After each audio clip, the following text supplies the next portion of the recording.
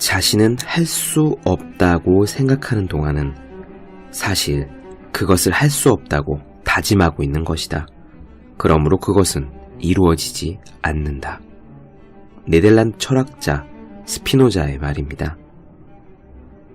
공부는 누구에게나 어렵습니다. 공부가 천직이라고 생각하는 사람도 마찬가지일 겁니다. 평생 동안 물고기를 잡아온 어부라고 할지라도 그물을 당길 때마다 힘이 든 것과 같은 이치입니다. 힘들다, 어렵다 라고 하면서도 결국 공부를 마치는 사람이 있는가 하면 그렇지 못한 사람도 있습니다. 차이는 어디에서 올까요? 바로 스스로에게 들려주는 말입니다. 힘들다, 그만두고 싶다 라고 되뇌며 달리는 마라토너는 완주할 수 없습니다. 느릿느릿 속도를 줄이다 마침내 고장난 시계처럼 걸음을 멈추어 버리기 마련입니다. 달릴 수 없다고 다짐하는 사람이 어떻게 끝까지 달릴 수 있겠습니까? 공부하는 사람도 그렇습니다. 깨알 같은 수학책이건 두꺼운 세법책이건 그만두자라고 스스로에게 속삭이면서 공부를 끝까지 할 수 있는 사람은 아무도 없습니다. 공부는 원래 힘든 겁니다. 그러나 힘들다고 생각해서는 해낼 수 없습니다.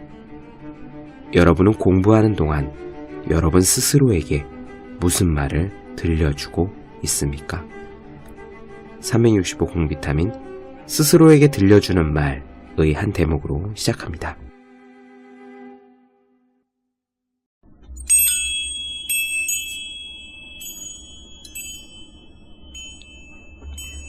네, 안녕하세요. 본격 공부자극 팟캐스트 서울대는 어떻게 공부하는가 한재우입니다. 오늘은 직업으로서의 소설가 하루키 그 가장 중요한 이야기를 해보도록 하죠. 진짜 하루키의 작품 이야기입니다. 아니, 작품 내용 이야기가 아니라요.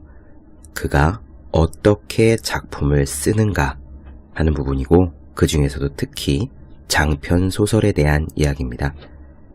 하루키는 책을 이것저것 많이 썼어요. 장편소설, 단편소설, 에세이집도 냈고 또 동경 지하철 그 독가스 테일러 사건을 다룬 언더그라운드라는 비문학 책도 낸 적이 있죠. 저는 그 중에서 에세이 장르를 가장 좋아하긴 하지만 하루키는 뭐니뭐니 해도 장편소설 작가로 세계적인 명성을 얻었습니다. 그의 책은요, 이른바 페이지 터너라고 불린다고 해요. 페이지 터너라는 말은 페이지, 그러니까 책장을 터너, 자꾸자꾸 넘기게 된다라는 이야기인데 그만큼 술술 쉽게 마구마구 읽혀나가는 책이란 말입니다. 사람에 따라 다르겠지만 저도 그랬어요.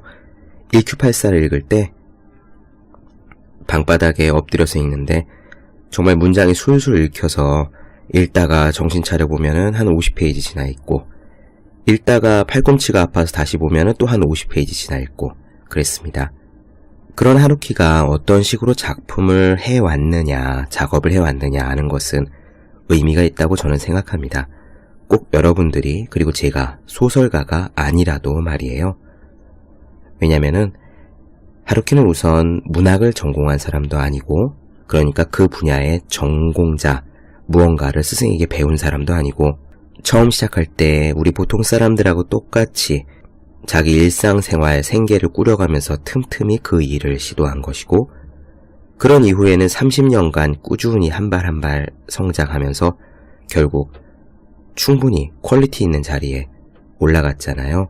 그러니까 거의 아무것도 밑바탕이 없는 데에서부터 어떤 특별한 비결을 얻지도 않은 상태에서 순전히 자기 힘으로 시행착오를 한 발 한 발 거쳐서 그래도 많은 사람들이 어느 정도 인정할 만한 그런 실력을 갖췄다는 것이기 때문입니다.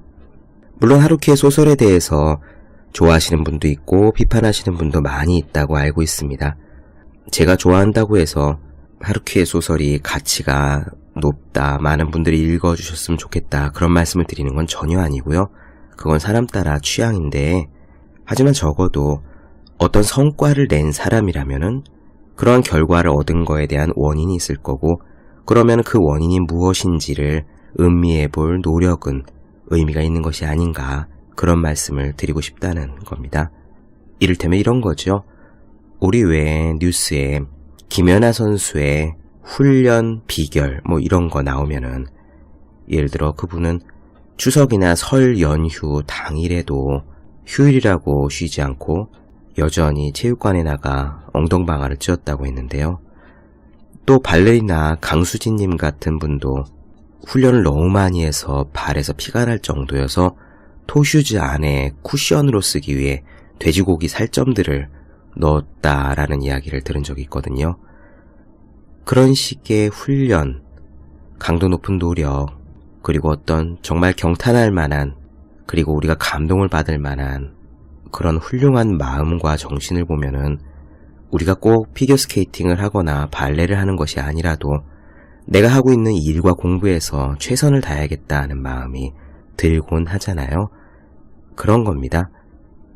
하루키가 어떻게 장편소설을 쓰느냐 하는 것을 여러분들께 제가 나누어드리고 싶다라는 거는 바로 그런 부분이고요. 그래서 오늘의 내용을 이런 식으로 들으셨으면 좋겠습니다. 장편소설은 긴 작업이죠. 짧아야 1년, 길면은 막 몇 년씩 걸리는 작업입니다.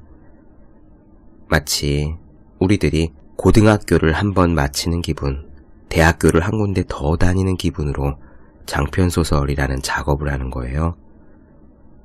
그러니까 우리는 비록 소설가가 아닐지라도 우리가 하고 있는 긴 프로젝트, 우리가 벌이려는 긴 사업, 그리고 수험생처럼 몇 년씩 해야 되는 공부, 아니면 진짜 글을 쓰는 분들이시라면은 그런 각자의 일과 공부에 있어서 어떤 자세로 임해야 되는가 라는 점을 이 하루키의 이야기를 들으시면서 얻으셨으면 좋겠습니다.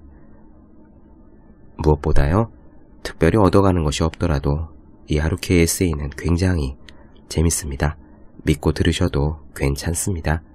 그러면은 바로 시작하도록 할게요. 시간을 내 편으로 만든다. 장편소설 쓰기.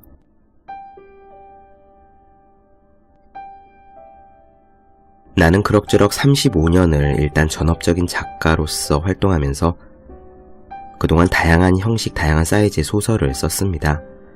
두세 권으로 나누어서 출간해야 할 만큼 긴 1984 장편소설, 한 권에 담아야 할 사이즈의 애프터 다크 같은 장편소설, 그리고 극히 짧은 단편 소설 등입니다. 함대로 비유하자면은 전함에서 순양함, 구축함, 잠수함까지 각종 함선이 대략 갖춰진 셈입니다. 각각의 함선에는 각각의 기능이 있고 역할이 있습니다. 그리고 전체적으로 서로를 적당히 보완해줄 만한 포지션에 배치되지요. 어떤 소설을 쓰느냐는 그때그때 기분에 따라 정해집니다. 무슨 로테이션 같은 것에 따라 규칙적으로 돌리는 건 아니고 마음 가는 대로라고나 할까, 어디까지나 자연스러운 흐름에 맡깁니다. 슬슬 장편을 써볼까 라든가, 다시 단편이 쓰고 싶어졌네 라든가, 그때그때 마음의 움직임에 따라 혹은 원하는 바에 따라 그 그릇을 자유롭게 선택합니다. 선택할 때 망설이는 일은 일단 없습니다. 지금은 이거다 라고 확실하게 판단할 수 있죠. 단편 소설을 쓸 시기가 오면 다른 것에는 눈을 돌리지 않고 집중해서 단편 소설을 씁니다. 그래도 나는 기본적으로 나 자신을 장편소설 작가로 간주합니다. 단편소설이나 중편소설을 쓰는 것도 좋아해서 쓸 때는 물론 열중해서 쓰고 완성된 것에도 애착을 갖고 있지만 그래도 역시 장편소설이야말로 내 주된 전쟁터이고 나의 작가로서의 특징이 가장 명확히 나타난다고 생각합니다.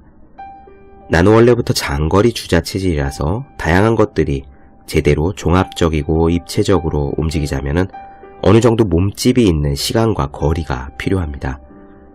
정말로 하고 싶은 것을 하기 위해서는 비행기로 비유하자면 상당히 긴 활주로가 있어야 하는 겁니다. 내게 중요한 의미를 갖게 될 소설을 쓰려고 할 때 말을 바꾸면은 나 자신을 혁신하게 될 가능성을 가진 종합적인 스토리의 시동을 걸려고 할 때 나는 자유롭게 아무 제약 없이 사용할 수 있는 널찍한 공간이 필요합니다.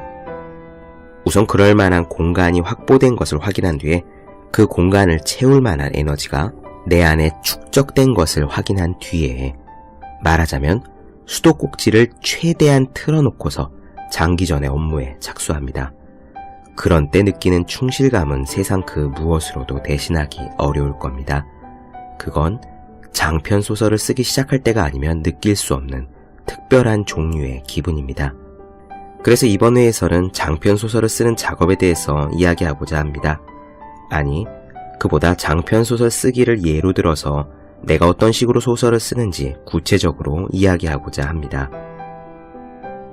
물론 한마디로 장편 소설이라고 해도 한 편 한 편의 내용이 다른 것과 마찬가지로 그 집필 방법이나 일하는 장소나 소요되는 기간은 각각 다릅니다. 그래도 기본적인 순서나 규칙 같은 것은 큰 줄기에서 거의 동일한 것 같습니다.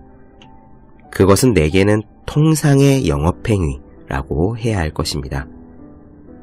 혹은 그런 정해진 패턴에 나 자신을 몰아넣고 생활과 일의 사이클을 확정했을 때에야 비로소 장편 소설 쓰기가 가능해진다라는 면이 있습니다. 심상치 않은 양의 에너지가 필요한 장기전이기 때문에 일단 나 자신의 태세를 단단히 정비해야 합니다. 그러지 않으면 자칫 도중에 힘이 붙여 나가 떨어질지도 모릅니다. 장편 소설을 쓸 경우 나는 우선 책상 위에 있는 것들을 깨끗이 치웁니다. 비유적인 이야기이긴 하지만 어쨌든 소설 외에는 아무것도 쓰지 않는다라는 태세를 만들어버리는 겁니다. 만일 그때 에세이를 연재하는 중이었다면 일단 거기서 중지합니다. 갑작스럽게 들어오는 일거리도 어지간한 경우가 아닌 한 받지 않습니다. 뭔가를 진지하게 하기 시작하면 다른 거는 전혀 못하는 성격이기 때문입니다. 마감이 없는 번역 작업을 내가 원하는 페이스에 따라서 동시에 간간히 진행하기도 하지만 이건 생활을 위해서라기보다 오히려 기분 전환을 위해 하는 겁니다. 번역이란 기본적으로 테크니컬한 작업이라서 소설을 쓸 때와는 그 사용하는 뇌의 부위가 다릅니다. 그래서 소설을 쓰는데 부담이 되지 않아요. 근육의 스트레칭과 같아서 오히려 그런 작업을 병행하는 것은 뇌의 균형을 잡는 데 오히려 유익한지도 모릅니다. 당신이야 그런 속편한 소리를 할 수 있겠지만 우리는 먹고 살기 위해서 다른 잡다한 일거리도 받아들여야 한다라는 동업자분들도 계실지 모르겠습니다. 장편 소설을 집필하는 긴 기간 동안에 대체 어떻게 먹고 사느냐라고 말이죠. 이 자리에서는 어디까지나 저 자신이 일해온 시스템에 대해 말하는 것뿐입니다. 단지 개인적인 것을 말하게 해주신다면 아직 그다지 책이 팔리지 않았던 시기부터 나는 계속 그런 방식으로 장편 소설을 써왔습니다. 생활비를 벌기 위해 문필과는 전혀 관계없는 다른 일을 일상적으로 했던 적은 있습니다. 육체 작업에 가까운 것이었죠. 하지만 글 쓰는 일의 의뢰는 원칙적으로 받지 않았습니다. 기본적으로 소설을 쓸 때는 소설만 썼습니다. 나는 어느 시기부터 장편 소설은 해외에서 쓰는 경우가 많아졌지만 이거는 일본에 있으면 아무래도 잡일이나 잡음이 이것저것 자꾸 들어오기 때문입니다. 외국으로 나가버리면 쓸데없는 생각은 할 것 없이 집필에 집중할 수가 있습니다. 특히 내 경우에는 쓰기 시작하는 시기에 일본을 떠나 있는 편이 더 좋았던 것 같습니다. 처음으로 일본을 떠났던 게 1980년대 후반인데 그때는 역시 망설임이 있었습니다. 이렇게 해서 정말로 살아남을 수 있을까 하고 불안했죠. 나는 상당히 겁이 없는 편이지만 그래도 역시나 배수의 진을 친다고 할까 돌아올 길을 끊어버린 식의 결심이 필요했습니다. 여행기를 쓰겠노라고 약속하고 무리하게 출판사에서 약간의 선급금을 받기도 했지만 기본적으로는 내 적금을 헐어서 생활하지 않으면 안 되었습니다. 그런데 마음먹고 결단을 내려 새로운 가능성을 추구했던 것이 내 경우에는 좋은 결과를 낳았던 듯합니다. 유럽에서 머물던 중에 썼던 상실의 시대가 어쩌다 예상 밖으로 잘 팔리고 생활이 안정되면서 장기적으로 오랜 기간 소설을 쓰기 위한 개인적인 시스템을 우선 설정할 수 있었습니다. 그런 의미에서는 행운이었다고 생각합니다. 이런 말을 하면 오만하게 들릴지도 모르겠지만 그렇다고 해서 결코 행운만으로는 일이 흘러간 것이 아닙니다. 거기에는 일단 내 나름의 결의와 배짱이 있었습니다. 장편 소설을 쓸 경우에 하루에 200자 원고지를 20매 쓰는 것을 규칙으로 삼고 있습니다. 내 맥 컴퓨터의 화면으로 말하자면 대략 2화면 반이지만 옛날부터 습관으로 200자 원고지로 계산합니다. 좀 더 쓰고 싶더라도 20매에서 딱 멈추고 오늘은 뭔가 좀 잘 안 된다 싶어도 어떻게든 노력해서 20매까지는 씁니다. 왜냐하면 장기적인 일을 할 때는 규칙성이 중요한 의미를 갖기 때문입니다. 쓸 수 있을 때는 그 기세를 몰아 많이 써버린다. 써지지 않을 때는 쉰다. 라는 생각으로는 규칙성은 생기지 않습니다. 그래서 마치 출근 기록부를 찍듯이 하루에 거의 정확하게 20매를 씁니다. 이사크 디네세는 나는 희망도 절망도 없이 매일매일 조금씩 써간다 라고 했습니다.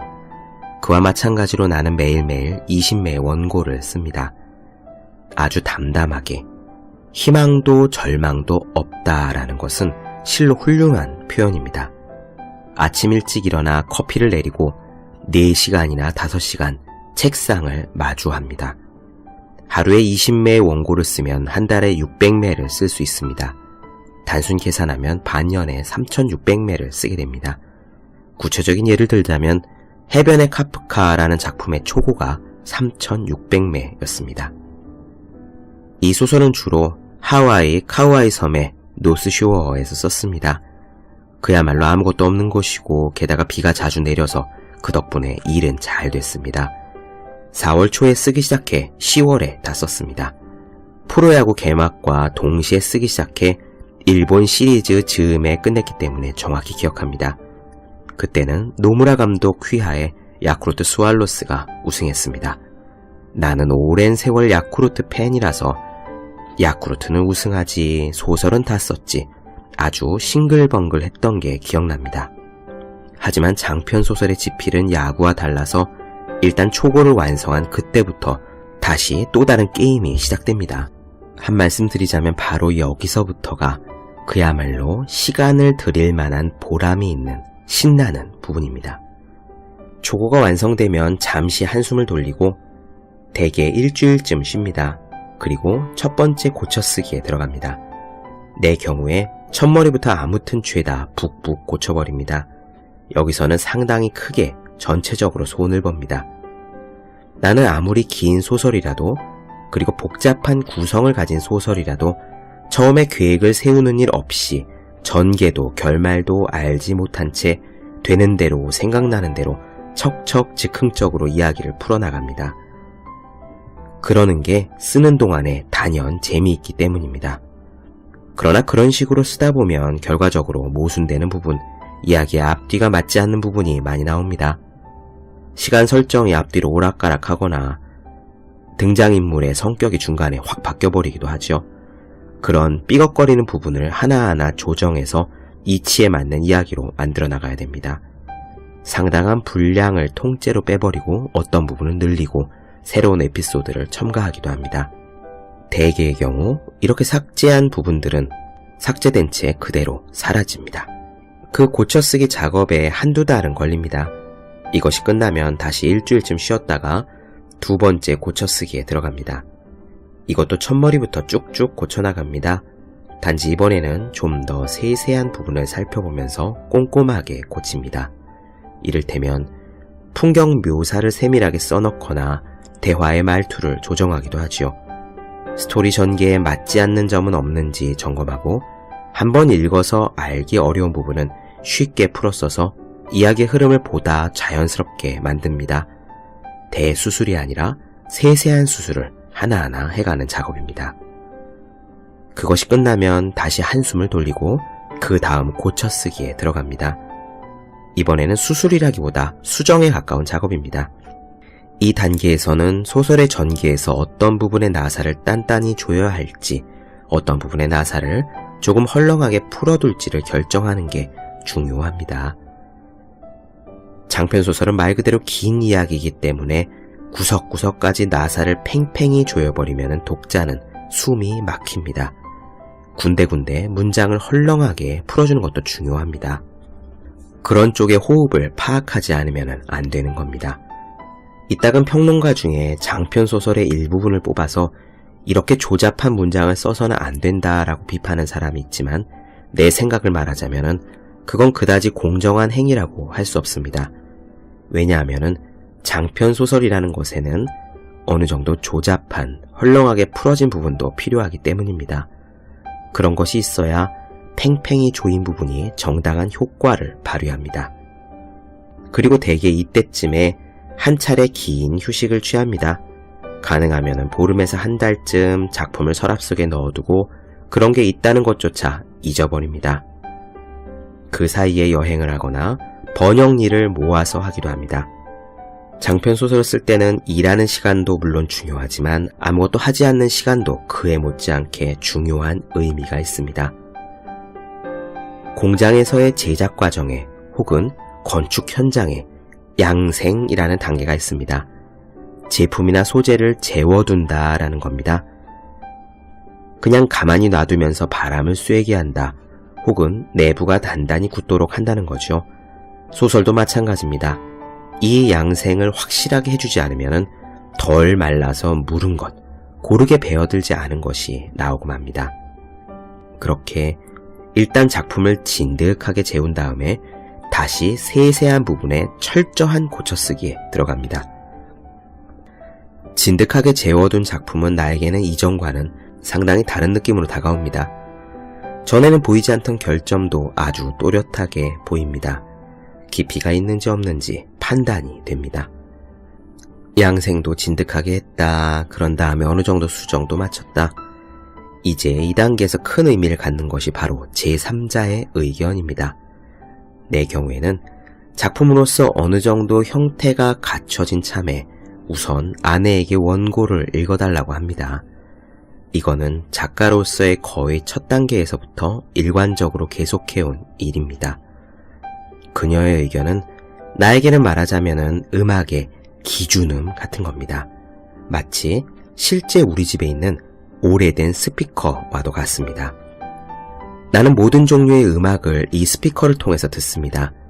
특별히 훌륭한 스피커는 아닙니다. 1970년대에 구입한 JBL 시스템으로 몸집은 크지만 현대의 최신 고급 스피커에 비하면 출력되는 음의 영역이 상당히 한정적입니다. 음의 분리도 그다지 좋다고는 할 수 없습니다. 하지만 어쨌든 나는 이 스피커 시스템으로 지금까지 온갖 음악을 들어왔기 때문에 거기서 나오는 소리가 내게는 음악 재생음의 기준이 된 것이죠.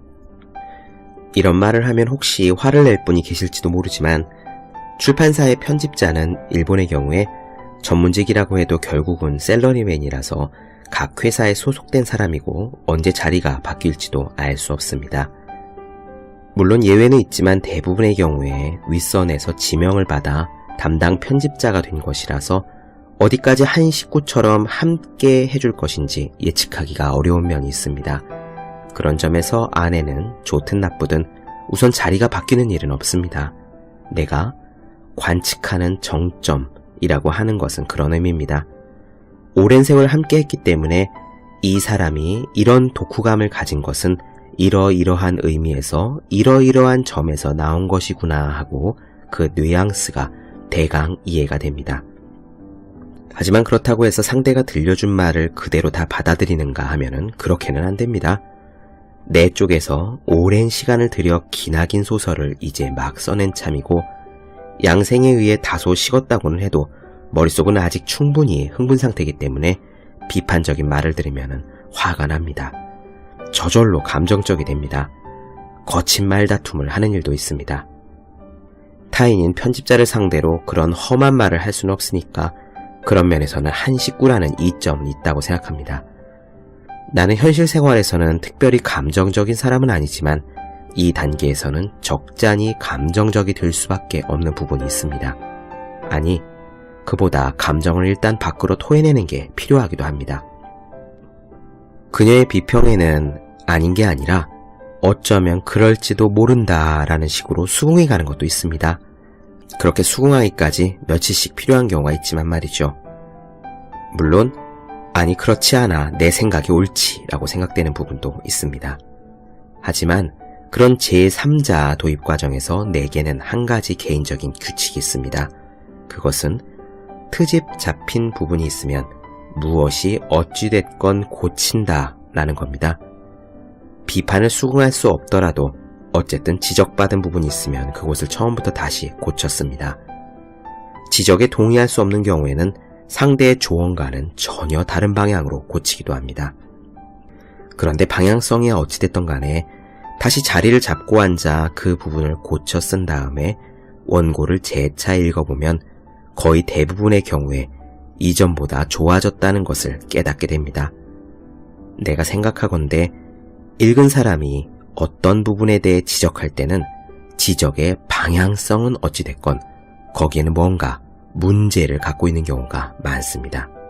즉, 그 부분에서 소설의 흐름이 많든 적든 간에 턱턱 걸린다는 얘기입니다. 그리고 내가 할 일은 그 걸림을 제거하는 것이죠. 어떻게 제거하느냐는 작가 스스로 결정하면 됩니다. 설령 이건 완벽하게 잘 됐어, 고칠 필요가 없어 라고 생각했다고 하더라도 입을 다물고 책상 앞에 앉아 아무튼 고칩니다. 왜냐하면 어떤 문장이 완벽하게 잘 됐다라는 일은 실제로는 있을 수 없으니까요. 그런 다음에야 비로소 편집자에게 정식으로 읽어달라고 합니다. 그 시점에는 머리의 과열 상태는 어느 정도 해소된 참이라 편집자의 반응에 대해서 나름대로 쿨하게 객관적으로 대처할 수가 있습니다. 한 가지 재미난 일이 있어요. 1980년대 말 내가 댄스라는 장편 소설을 썼을 때의 일입니다. 나는 이 소설을 처음에 워드 프로세서로 썼습니다. 대부분 로마의 아파트에서 썼지만 마지막 부분을 런던으로 옮겨간 다음에 썼습니다. 다 쓴 원고를 플로피 디스크에 넣어 그것을 들고 런던으로 이동한 것인데 런던에 자리를 잡고 열어보니 장 하나가 통째로 사라지고 없었습니다. 그 당시에는 아직 워드 프로세서를 쓰는 게 익숙하지 않아 조작을 잘못했던 거죠. 뭐 흔한 일입니다. 물론 기운이 완전히 빠졌습니다. 상당한 쇼크였어요. 분량이 꽤 많은 장이었고 이거는 내가 썼지만 아주 잘 썼다라고 자부했기 때문입니다. 하지만 언제까지고 한숨을 내쉬며 고개를 내젓고 있을 수도 없어서 마음을 추스리고 몇 주일 전에 고심하며 썼던 문장을 아, 이런 거였었나 라고 떠올려가며 재현 작업을 했습니다. 그렇게 해서 그 장을 어찌 부활시켰죠. 그런데 그 소설이 책으로 간행된 뒤에 행방불명되었던 오리지널이 불쑥 튀어나왔습니다. 전혀 예상도 못했던 폴더에 섞여 있었습니다. 그 또한 흔한 일입니다. 그런데 아, 큰일 났네. 이쪽이 더 잘 썼으면 어쩌지 라고 내심 걱정하면서 읽어봤는데 결론부터 말하자면은 나중에 다시 쓴 버전이 명백히 뛰어났습니다. 여기서 내가 말하고 싶은 것은 어떤 문장이든 반드시 개량의 여지가 있다는 겁니다. 본인이 아무리 잘 썼다, 완벽하다라고 생각해도 거기에는 좀 더 좋아질 가능성이 있습니다. 그래서 나는 퇴고 단계에서는 자존심이나 자부심 따위는 최대한 내던져버리고 달아오른 머리를 식히려고 노력합니다. 작품을 쓰는 동안에 주위에서 들려오는 비평, 조언은 가능한 한 허심탄회하게 겸허하게 반영하지 않으면 안 된다. 그런 것이 옛날부터의 나의 지론입니다. 어떤 장편소설을 쓸 때의 일인데 나는 원고 단계에서 조금 안 맞는 편집자가 지적한 부분을 모조리 뜯어 고쳤습니다. 단지 대부분 그 사람의 조언과는 정반대 방향으로 고쳤습니다. 이를테면 여기를 좀 더 늘리는 게 좋겠다라고 말한 부분은 짧게 줄이고 여기를 짧게 줄이는 편이 좋겠다라고 말한 부분은 길게 늘린 겁니다. 지금 생각해보면 상당히 난폭한 얘기지만 그래도 그 수정은 결과적으로 잘 되었습니다. 즉, 역설적이기는 하지만 그 편집자는 나에게 유용한 편집자였던 겁니다. 적어도 듣기 좋은 말만 하는 편집자보다는 훨씬 도움이 되었습니다. 즉, 중요한 것은 뜯어 고친다는 행위 그 자체입니다. 작가가 이곳을 좀 더 잘 고쳐보자 라고 결심하고 책상 앞에 앉아 문장을 손질한다 라는 것 자체가 무엇보다 중요한 의미가 있습니다. 그에 비하면은 어떻게 수정하느냐라는 방향성 따위는 오히려 2차적인 문제인지도 모릅니다. 그렇게 나는 장편소설을 씁니다. 사람마다 각자 마음에 드는 작품이 있고 별로 마음에 들지 않은 작품도 있겠죠. 나 스스로도 과거에 쓴 작품에 대해 결코 만족하는 건 아닙니다. 지금이라면 좀 더 잘 쓸 수 있을 텐데 하고 통감하는 일도 있습니다. 다시 읽어보면 여기저기 결점이 눈에 띄어서 뭔가 특별한 필요가 없는 한 내가 쓴 책을 손에 드는 일은 거의 없습니다. 하지만 그 작품을 써낸 시점에는 틀림없이 그보다 더 잘 쓰는 거는 나로서는 못했을 것이다 라고 기본적으로 생각합니다. 내가 그 시점에 전력을 다했다는 것을 알고 있기 때문입니다. 내가 쏟아붓고 싶은 만큼 긴 시간을 쏟아부었고 내가 가진 에너지를 아낌없이 투입해 작품을 완성했습니다. 말하자면 총력전을 온 힘을 다해 치른 겁니다. 그러한 모조리 쏟아부었다라는 실감이 지금도 내게 남아있습니다. 적어도 장편소설에 있어서는 청탁을 받아 쓴 적도 없고 마감에 쫓겨서 쓴 일도 없습니다. 내가 쓰고 싶은 것을 쓰고 싶은 때에 쓰고 싶은 만큼 썼습니다. 그것만은 자신있게 단언할 수 있습니다. 그래서 나중에 그 부분을 이렇게 했더라면 좋았을 텐데 라고 후회하는 일은 일단 없습니다. 나는 내 작품이 간행되고 그것이 설령 혹독한 비판을 받는다고 해도 뭐 어쩔 수 없지 하고 넘어갈 수 있습니다. 왜냐하면 나에게는 할 만큼은 했다라는 실감이 있기 때문입니다. 사전 작업에도 양생에도 진득하게 시간을 들였고 망치질에도 충분히 시간을 들였다는, 그래서 아무리 혹독한 비판을 받아도 그것 때문에 위축되거나 자신감을 잃는 일은 일단 없습니다. 물론 불쾌해지는 정도의 일은 가끔 있지만 그리 대단한 건 아닙니다. 시간에 의해 쟁취해낸 것은 시간이 증명해 줄 것이다 라는 믿음이 있기 때문입니다. 그리고 세상에는요, 시간에 의해서가 아니면 증명할 수 없는 것이 있습니다. 만일 그러한 확신이 내 안에 없었다면 아무리 배짱이 좋고 태평한 나라에도 어쩌면 침울해졌을지도 모릅니다. 하지만 해야 할 일을 똑부러지게 했다라는 확실한 실감만 있으면 기본적으로는 아무것도 두려워할 게 없습니다. 그 다음에는 시간의 손에 맡기면 됩니다. 시간을 소중하게, 신중하게, 예의 바르게 대하는 것은 곧 시간을 내 편으로 만드는 것이기도 합니다. 소설가 레이먼드 카버는 한 에세이에서 이런 말을 했습니다. 시간이 있었으면 좀 더 잘 썼을 텐데. 나는 소설을 쓰는 친구 한 명이 그런 말을 하는 것을 듣고 정말 깜짝 놀랐다. 지금도 그 일을 떠올리면 아연실색해진다. 만일 그가 써낸 이야기가 힘에 닿는 한 최선을 다한 것이 아니었다면 대체 무엇 때문에 소설 따위를 쓰는가? 결국 우리가 무덤까지 가져갈 것은 최선을 다했다는 만족감, 힘껏 일했다는 노동의 증거, 그것뿐이다. 나는 그 친구를 향해 말하고 싶었다. 제발 부탁이다. 지금 당장 다른 일을 찾아봐라 라고. 똑같이 먹고 살기 위해 돈을 번다고 해도 세상에는 좀 더 간단하고 아마도 좀 더 정직한 일거리가 있을 것이다. 그게 아니라면 너의 능력과 재능을 최대한 쏟아부어 글을 써라. 그리고 변명이나 자기 정당화는 하지 마라. 불평하지 말라. 핑계대지 말라. 시간을 내 편으로 만들자면은 어느 정도 자신의 의지로 시간을 컨트롤할 수 있어야 한다는 것이 내 지론입니다. 시간에 컨트롤 당하기만 해서는 안 되지요. 그래서는 역시 수동적이 되고 맙니다.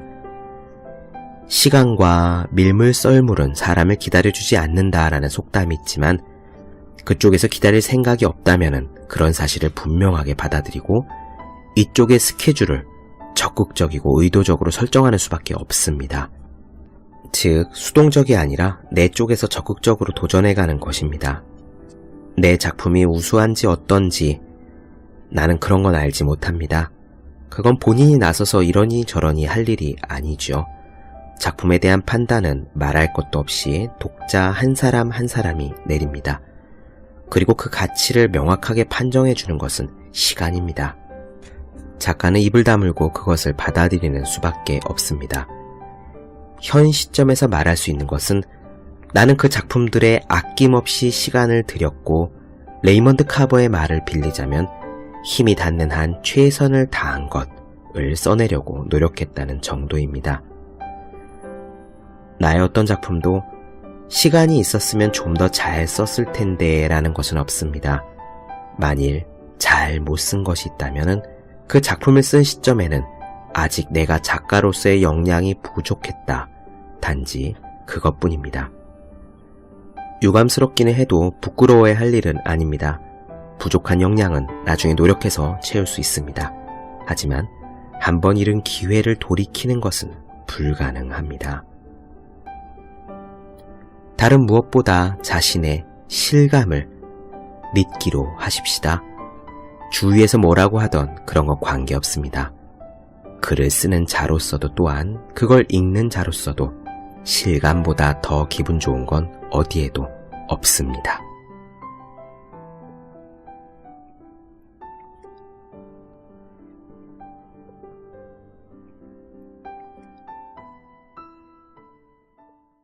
네, 어떻게 들으셨나요? 매 순간 정말 자신이 할 수 있는 최선을 다하는 것, 시간을 예의 바르게 대하고 시간을 내 편으로 만들기 위해 매 순간 수도꼭지를 콸콸 틀어놓은 듯한 느낌으로 최선을 다해 자기의 할 일을 하는 것. 제가 하루키의 자세에서 좋아하는 거는 그런 부분입니다. 나는 내가 해야 할 일을, 그리고 내가 할 수 있는 일을 최대한 하고 그로 인해 세상이 나를 어떻게 평가하는지에 대해서는 웬만해서는 스트레스를 받지 않는다라는 거죠. 그리고 그 평가는 결국 긴 시간이 정당하게 내려줄 것이다 라는 믿음을 갖는 것. 바로 이런 자세는 비단 소설가뿐만 아니라 수험생이고 직장인이고 자기 사업을 하시는 분들이고 아이를 기르시는 학부모분이시고 이 세상 모든 분들에게 필요한 정말 중요한 자세가 아닌가, 저는 그렇게 생각합니다. 그래서 저는 하루키가 좋아요. 네, 본격 공부자극 팟캐스트 서울대는 어떻게 공부하는가. 오늘은 하루키가 이야기하는 시간을 내 편으로 만들기에 대한 말씀을 나눠드렸습니다. 더 많은 이야기가 궁금하신 분들, 질문사항이 있으신 분들은 네이버 블로그 허생의 즐거운 편지 혹은 다음 카카오에서 만든 브런치 한재우의 브런치를 검색해 주시기 바랍니다.